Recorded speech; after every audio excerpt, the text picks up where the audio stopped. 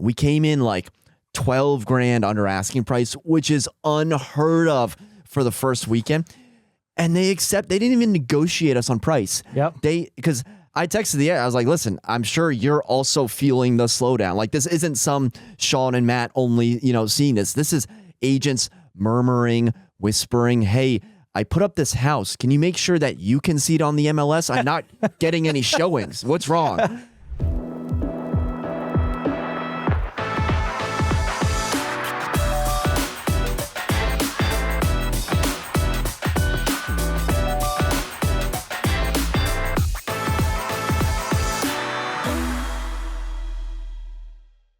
How's it going, everyone? Welcome back to another episode of the Shawn and Matt Show. My name is Matt, that is Shawn, and welcome to our show. Shawn, Wednesday, April 23rd. We are well into the spring market, and we are going to be discussing the Q1 real estate statistics for Northern Virginia, Arlington, Washington, D.C. I got all my fancy charts up here that we're going to be going through.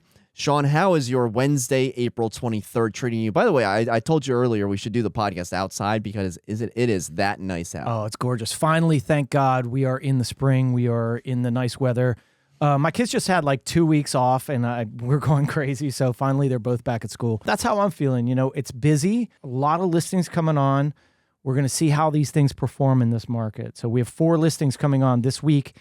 And funny, we've got a couple rentals coming on too, which some of our agents do, and it's vastly different. So we'll see.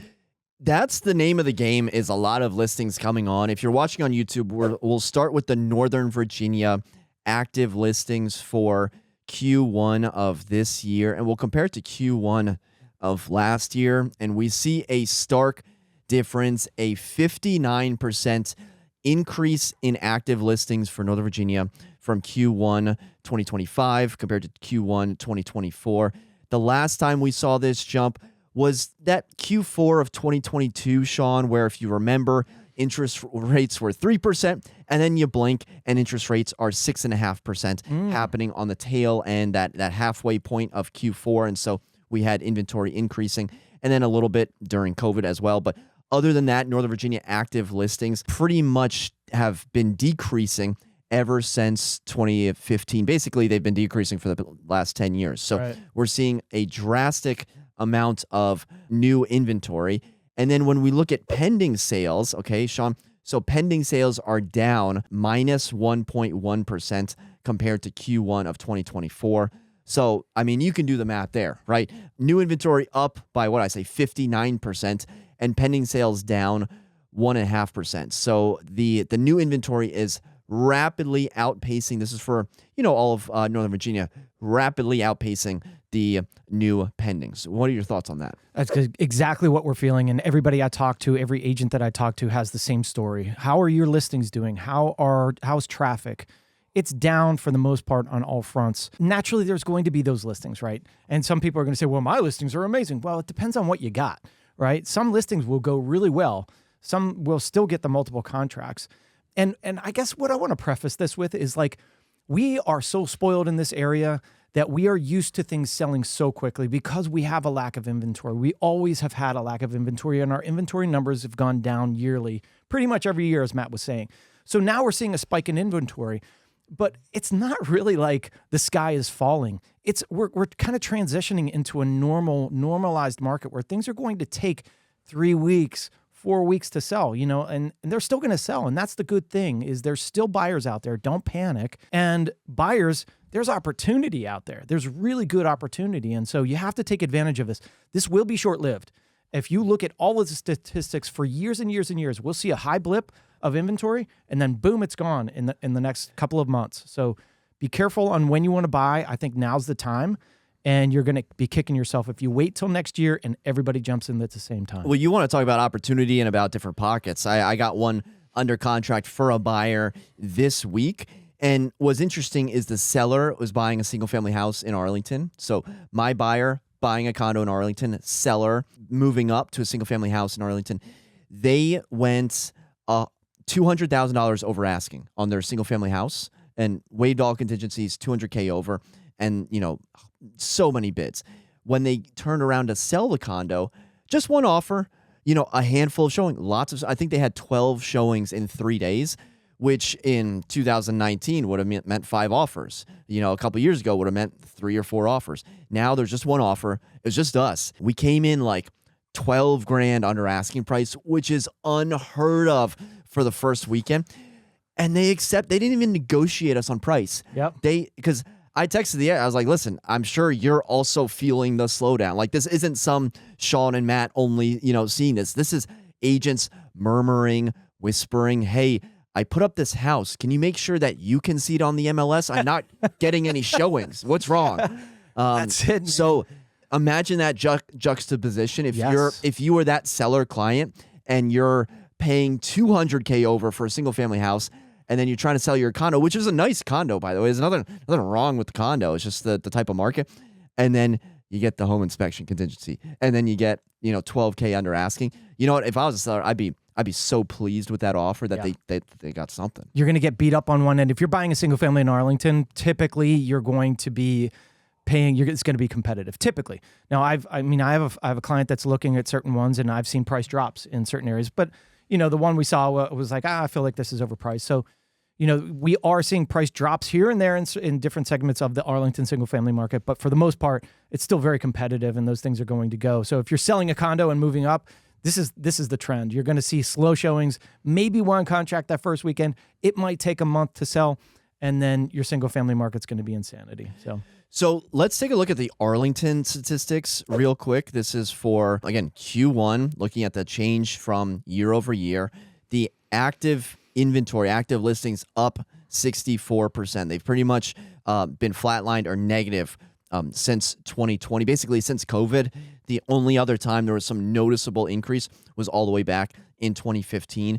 And then when we look at all of the pending sales, the Q1 for 2025 was down minus 14%. So again, you have this huge surge of 65% increase year over year of active listings versus all pendings down 14%. So the inventory is increasing significantly, and that's probably going to last, at least into the fall, I would have to imagine. Yeah, we're trying to predict this, and this is what I'm telling my clients. Like, is it now that we sell? Do we wait till next year? You got to sell when your life tells you to sell, and that's what I've been telling them. And like, listen, you're just going to have to deal with it here. If you're buying in Colorado or San Francisco, where a bunch of my clients are moving to, then you might have opportunity there. Like the clients that are moving to San Francisco, they're saying, hey, we're seeing price drops over there. Colorado still competitive in certain pockets. So it all just depends. And the thing is, like, you can't time your life. You can't time your market like that. So sell when you need to sell. What I'm seeing right now is exactly this, right? So I follow the numbers of Arlington very closely. And so what I saw, I'm going to take off my glasses for this, but you don't need to tell them every time you take off. For one, they know what you're doing. I'm old, man. I can't see. So for one bedrooms, last year at this time, we had 18 one bedrooms along the orange line. So I have this pocket of this map of the orange line around it. And so I say within a few blocks of the metro. Last year in that map, we had 18 active one bedrooms. This year we have 49. That is an increase of 172%. So when I say you have to make your place look good, you better make it look good. You better stage it. You better make it clean. You better make it smell good, or else you're not going to get that contract. There's a lot of people still out there looking, but only the good ones are going to sell, right? Can I jump in real quick? Just on the one bedrooms. I took a client out looking for one bedrooms, interested in one bedrooms along the orange line. We went out about like 2 or 3 weeks ago, saw like 5 or 6 buildings, and then she's like, all right, let's go out again.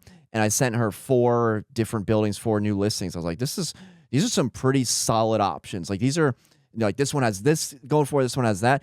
And then she responds, she's like, oh, after thinking about it, I think I'm going to rent for another year, and decided not to buy. Yeah. Like, all right, well, that's the name of the game. That's the name of the game. You're going to have options, and then you're going to have buyers deciding, well, now's not time. Yeah, and let me talk on that. So the one bedroom I just put on this morning, and it was coming soon for 2 days. I already have 5 agent showings on that. That is really good. That's for a promising. one bedroom? For a one bedroom in Eastview, it's a 610 square foot, really well done. Why do you have so many showings on it? I don't know, because it looks, like my description said, it looks like 410? 410. It looks like a page out of a magazine. It honestly does. It's renovated really well.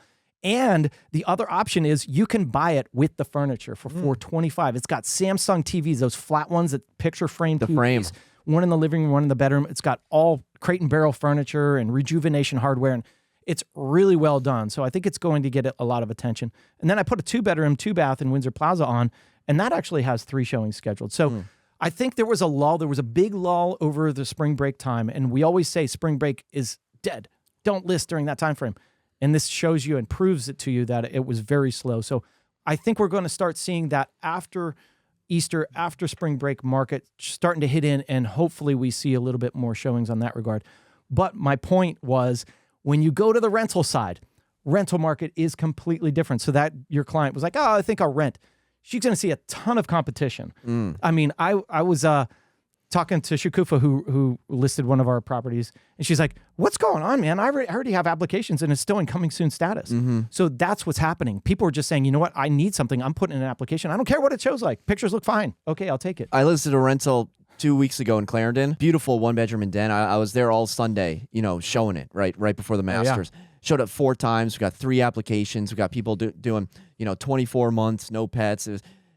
I've never seen a rental market like this. It was nuts. So everybody that's pausing buying, they're all renting, and it's happening. So real quick statistics. I said 1 bedrooms up 172% compared to last year. 2 bedrooms up 78% compared to last year. Last year 28, this year 50. Townhouses, North Arlington, up 30%. And single families in our North Arlington only, we are up 61% from 87 to 140 as of today. Wow. Yep. So you're seeing the increases, and this is what is causing a little bit of panic in sellers' eyes because they're not used to this. So if you're a listing agent, you have to tell your clients, listen, this is a little bit different. It's going to take a little bit longer. It could take a little bit longer. Doesn't mean you're negotiating down. It doesn't mean you're going crazy down. It means that it's going to take a little. But we're not seeing price drops either. This isn't like some sort of slash and burn. Hey, everyone's selling. Gotta sell it immediately either. No, and it all depends on the situation, right? Like the clients that you were just talking about, they were like, I got to get rid of this thing. So they negotiated quickly and they said, fine, we're good with it, right? I had clients like that a couple of weeks ago too, where it was like, hey, all right, our next thing is to do a price drop to try to get some more, showings. But sometimes those price drops, maybe you wait a little bit longer than we were typically doing in a hot market. Like in 2 weeks, we were saying, all right, we need to drop. Now maybe it's a month because we're just not seeing the showings. So it might not be that the price drop's going to get you anything unless it is one of those price drops that gets you under a certain tier. Like, oh, if you're looking up to $1 million and you're in price at $1,020,000, right? That might make sense to get under that $1 million mark, things like that. Let's look at the Washington, D.C. proper statistics. Okay. This is still by quarters, active listings. The past couple quarters have been a drastic increase for Washington, D.C. So we've seen 30% increase, 30% increase, 30% increase, 29, 17% increase, dating all the way back to Q1 of last year, 2024. Essentially what that means is the new listings in D.C. are drastically increasing. The actual values, right? The number of new listings are over 2,500. That's a 30% actual increase from Q1 of 2024. And where we see it most is in the condos. To give you an idea, the condos have essentially doubled and almost tripled in numbers in inventory over the past 10 years. So, something like Q4 of 2015, under 500 condos. Q1 of 2025, about 1,500. Wow. So we've gone from 500 in Q4, right? It's like a little bit lower. So 500 up to 1,500 over the course of 10 years. Yeah. So that's kind of the story of the DC market. When we look at, actual detached homes, sure, there are a couple more than there were, in 2022 and in 2020. But, it's still sort of that pre-COVID level. Yeah. And the funny thing is I was watching your charts as you were doing this. And if you look at like the trend lines, DC compared to Arlington, it's completely different, right? It's different. Yeah. So DC is kind of like one of these kind of a gradual, it's been gradually increasing over the years, right? But then you see Arlington and it's like, it kind of down, up, down, so it's not as steady as DC, but DC's been on this steady increase. DC's been on a steady increase up, and Arlington's been on a steady increase, decrease down. Yeah. And in terms of active listings, we're just under, I forget if you had said a number, but we're just under 400. By the way, these numbers they're old, right? They're 23 days old. Yeah. So, we're looking in the rearview mirror a little bit. We're seeing pre-COVID numbers, but honestly, if you look at the current data compared to pre-COVID numbers, what? Q2 of 2015 had 700 houses in Arlington. In Arlington, 700 properties, where now we're under 400. Yeah, so it's like, what, I mean, I'm not good at math, but was that a 40%? We're still 40% at least lower than 2015. Exactly. So don't panic, right? I mean, we were in a pandemic and, people were like freaking out. Now, what I want to maybe warn you of is that we don't know how far this is going. I was talking to my neighbor the other day, and he works kind of in contracting for the government. He's like, man, there's going to be a lot of federal employees let go. I mean, it's happening, right? So maybe we haven't seen the full scale of this yet. And so that's what a lot of people's minds are that actually work in the government, that might see these numbers that the general public might not know, is that we might be in for more of this. And if you keep the thought of, all right, these people that were laid off or that are looking for other jobs, they have a finite time to find a new job or else they're going to have to sell, right? There's only so much money that they have to pay their bills. And then they're going to be like, what are we going to do? And they might have to go to the rental market, which is very competitive, and sell their house. And that's more inventory. So it's all about timing in this. And, we say timing is super important, and week by week it's important.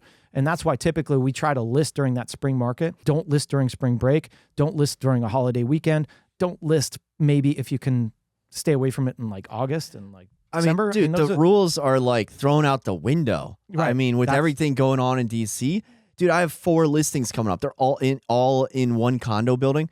They're all going to be coming up around like July 4th. Yeah. What, am I not supposed to list them? Well, yeah. Last time in 2023, I listed one like July 5th and it got multiple offers. So we all have ideals of when we should and when we shouldn't list, but you said it earlier, like life happens and you just have to kind of buy when you're ready and list when you're ready as well. And that's exactly what I say in appointments. I'm like, listen, you can't, it's not the ideal time to list in August, right? It's a little slower, but it depends on what you're selling too. So if you're selling a single family, it might be a lot different than selling a condo. The condo market kind of stays a little bit more steady, whereas the single family market, in a typical kind of thing, you see that height in the spring and then it tails off a little bit, or the townhouses tail off a little bit in that August timeframe. But you got to know what you're looking at. And again, don't try to time the market. Just sell when you got to sell. There's always going to be buyers out there. Thankfully, there are still buyers out there. We're seeing good traffic. The buyers that are out there that are serious, they are putting places under contract. We've got a lot under contract. We've got a lot coming up. So hopefully those buyers still stay, and we'll let you know how things progress. I mean, the first progression is the inventory. The inventory peaks up, and then sellers realize, all right, this thing ain't moving. Yeah. Now we got to drop the price. So we haven't seen the price drops yet. Median price is kind of hard to wrap your head around because it just keeps going up. And, we may see anecdotally, price drops here and there, but overall the prices keep going up. It's got to change at some point. And now most people don't think we're at the bottom of this, but most people can't predict the future either. Yeah. So I don't know if the bottom is next month or next year. I mean, it's really tough to tell, and it's even tougher to predict on a real estate podcast as well. It's really hard. I mean, I try to think, and I'm always a positive person. I'm like, it'll be fine. You'll be okay. I'm thinking and hoping that that's the case, but we don't know. I mean, and I don't think anybody knows. And anybody that tells you that this is the way it's going to be, they're lying to you. They don't know. So, I mean, the one thing I got wrong, I've gotten a couple things wrong, but the one thing I got wrong that I can specifically remember is just interest rates, right? Yeah. They're still around 6.8. I think around this time I had wrongly predicted they'd be around like 5.5, maybe 5.75. So I was off by like a percentage and a half. But, buyers have kind of gotten used to what the interest rates are. And it's no longer, I got approved when it was 4% or I got approved when it was 5%. Like, it kind of just is what it is. And there are buyers that can afford that and move forward. And then there are buyers that go to the rental market and submit rental applications when a property is still incoming soon. Yeah, and that's the thing is you can't predict this stuff. We tried to predict last year. We were saying numbers I was actually thinking in the 4s or maybe a low 5s. I think you were the most conservative. You were up in the higher 5s. And our other buddy was like even lower than us. And he was a lender, right? He's like, I see it low, man. It's going to happen. But, the truth is stuff happens. And we're always throwing curveballs, and now we're still in the same market that we were as far as interest rates, high 6s. We've seen small, quick dips and quick increases, but for the most part, we've been high 6s for a while now, and that is true. All of the people that are getting pre-approved right now, that for the first time, they don't know any different. They don't know any different, so they're looking at the numbers and they're saying, all right, well, I can afford this. Let's move ahead. Right? If you were one of those people looking at the 3s, I feel bad for you because it's not going to be there for a long time. So just move and be done with it, and refinance if it comes. Let us know your thoughts in the comment section below. Shawn, do you have any other parting wise words for the listeners and the watchers out there? Parting wise words. Enjoy life, have fun. Oh, you're going deep with it, aren't you? Going deep, like life is short. Did you do something that? Yeah, dude. What did you go buy? Yeah, are you bought a boat, You bought a boat. I bought a boat. Yeah, you know what I said? I've always wanted a boat. I love fishing. I'm always out on the water. I bought the beach house. Man, I bought a 23-foot center console, Tidewater. It's going to be on our boat lift at the beach house, and I'm going to be fishing, man. Well, they say one of your best days as a boat owner is buying the boat. So did it feel like one of the best days? It's pretty nostalgic, and I'll tell you when I sell it how nostalgic that'll be as well. I'm sure. But the good thing is, I'm sharing that cost with other people, so it's not just me buying the boat. There's a couple other people. But you're not taking out a second mortgage on your house to afford the boat. Be smart about it, Don't spend all your money. So Mr. Reasonable over here. All right, that'll just about do it for another episode of the Shawn and Matt Show. Be sure to drop your comments down below on your thoughts on the Q1 real estate market in Northern Virginia. And for Shawn and myself, thank you so much for watching. Until next time, we'll see you then. Take care.